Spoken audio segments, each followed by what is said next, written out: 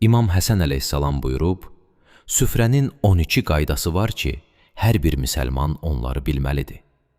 Onların 4-ü vacib, 4-ü sünnə, müstəhəb, 4-ü isə ədəbə riayət etməkdir. Vacib olan 4-ü mərifət, razılıq, Allahın adını dilə gətirmək və şükr etmək.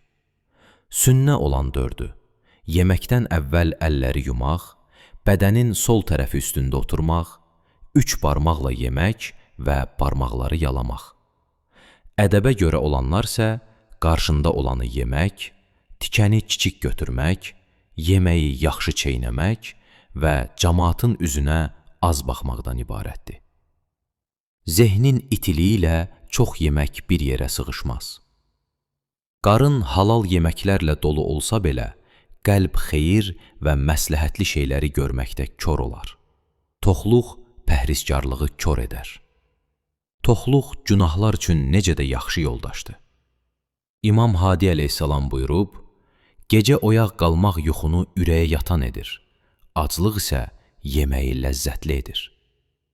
İmam Rıza əleyhissalam buyurub, kim sağlam, həmçinin arıq və çevik bədən sahibi olmaq istəyirsə, axşam yeməyini azatsın.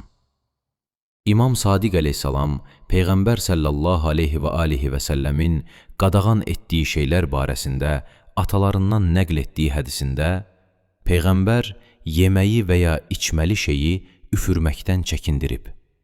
Möminin qəlbi üçün çox yeməkdən ziyanlı bir şey yoxdur. Çox yemək 2 şeyə səbəb olar: daşürəkliliyə və şəhvətin oyanmasına. Kim yeməkdən əvvəl və sonra əllərini yusa, həmin yeməyin əvvəlində və axırında ona bərəkət verilər və nə qədər ki sağdır, rifah halında yaşayar və cismani xəstəlikdən amanda qalar. Qablarınızı qapaqsız qoymayın, çünki qabların ağzı örtülü olmayanda şeytan onlara ağız suyu atır və onların içindən istədiyini götürür. İmam Kazimdən alçaq adam barəsində sual soruşduqda, o həzrət buyurdu: küçədə, bazarda bir şey yeyən adam. Nəql edilib ki, süfrədə oturmağı uzadım, çünki həmin müddət sizin ömrünüzdən hesab edilmir.